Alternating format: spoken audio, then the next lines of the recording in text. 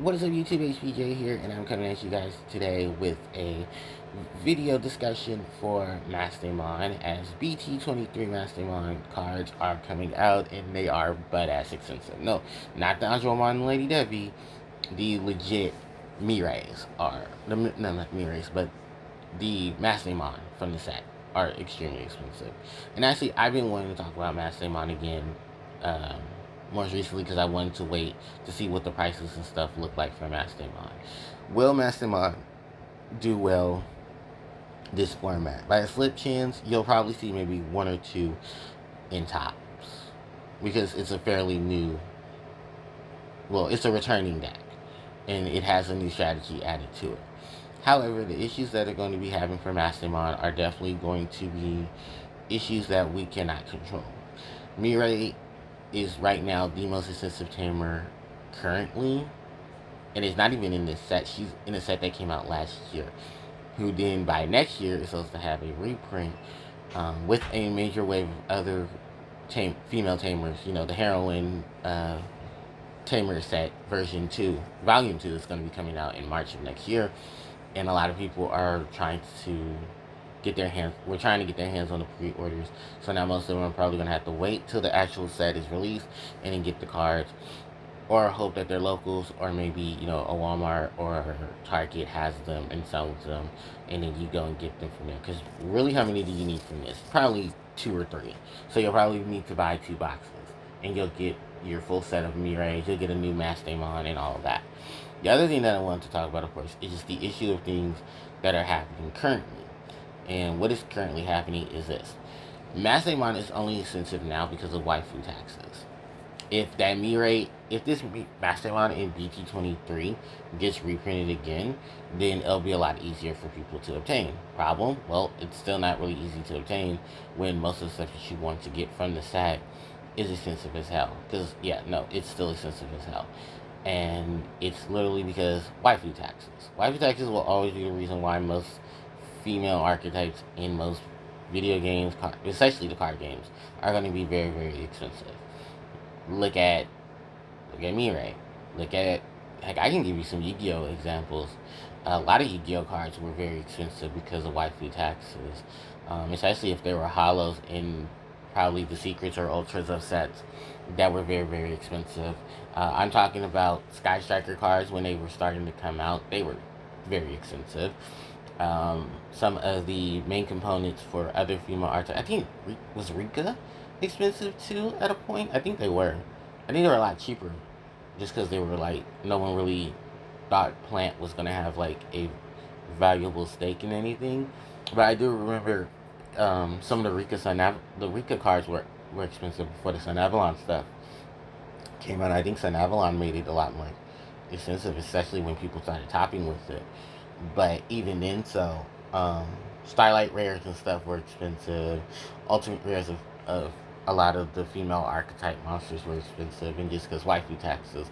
I mean, Dark Magician Girl is probably the best example there too, because she's butt-ass expensive in some of her rarities, and it's simply because of her being Dark Magician Girl. But in terms of, well, Digimon's no different, because there are a lot of expensive Digimon cards that are female tamers, female Digimon, and even at some of the rarity spikes, they were extremely expensive. The best examples were Mirei from EX6. There's the the Rena from BT11 for All First Featuremon, very expensive. So you cannot already get with this point is that, yeah, the deck is going to be very expensive, and there's not much that we can easily do, because unfortunately, yes, it's going to be very expensive. There's not going to be anything we can really do unless reprints start happening. And reprints are not going to happen anytime soon, because the set is now fully fresh. I've already seen the prices for the Mastemon, and they are extremely expensive. No, I'm serious. They're really expensive. Starting at like $50 right now. $50 to $60. And that's just for the one that we already seen in the previews. The full arts are the ones that are even more expensive. And don't even get me started, because the one with Mastemon is already $80 in reach and going up. And then, if I'm not mistaken, the gold one, yes, because there's a gold full face Mastemon, she's going for even more, because she's a secret in the set, and she's also and alt art. So, yeah. 3 versions of 1 card in the set, and they're going to be completely expensive. And it sucks though, because guess what? Angelmon Lady Debbie, commons. So at least you can pick those up. Now, is there going to be any alternate variations in which you can play maybe an affordable version of the deck? Oh no. And that's part of the reason why I said I'm just going to just not play Mastemon this time around, because it's just very, very, very expensive. I guess I will be waiting for Amethyst Mandala to be released in December, because it's going to be a lot cheaper than building what's currently out. Because what's the only I don't have? Plug-in Ps. I can run Plug-in P. The Plug-in P is like $15, which actually isn't too bad, but it's a lot cheaper than trying to buy Mastemons right now. So what is the expected thing to also add to this is that Mastemon builds also still need help. Because even though you're extensive with your level 5s and stuff, most of your core pieces, you don't really have any cohesion. And most people are running to the yellow build, the yellow vaccine build with Patamon, because, well, it's consistent in some ways or another. The purple base is not consistent at all, because there is no cohesion with the deck. There aren't, any purple or yellow dual color Angelmon or Lady Debbie, so you really can't work off of that. Nor is there any new prints of Tailmon, or Godamon, whichever one you want to call her, from either BT22 or BT23. So you're really relying on a lot of the cohesion stuff, other stuff that's currently out that can discard, use cards from hand to grave, deck from grave, or I'm sorry, deck to trash, from hand to trash, consistently with draw power, trying to utilize draw power, and really overall just get things together. So knowing that, yeah, my pre-release at my store unfortunately was not this weekend, and then still having to pick up things, I'm just gonna wait till I have the money to just pick up the comments and be done with it. That's the least I can do. But please do not expect me to build a full out Mastemon deck anytime soon, because EX6's Mastemon are not getting reprinted until next year. The current ones are very expensive. I don't want to have to deal with the Mastemon. I still don't even have the Mastemon that was the promo for BT21, and I still need that. Plus, then if I build the deck, people are still going to be mad and say I'm building it wrong. So, not going through that situation, because yes, that's another thing of why I have not really focused on building a Digimon deck at any time right now, is because of the overwhelming amounts of hate that I've gotten from doing Digimon content.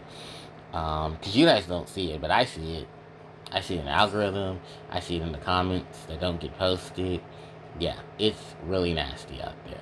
And it's funny though, because Digimon players constantly scream, "No, we have a great community." Yeah, so did Yu-Gi-Oh! We kind of see how that turned out, right? Right. So, yeah, no. I'm just gonna probably make discussion videos, and probably that's about it.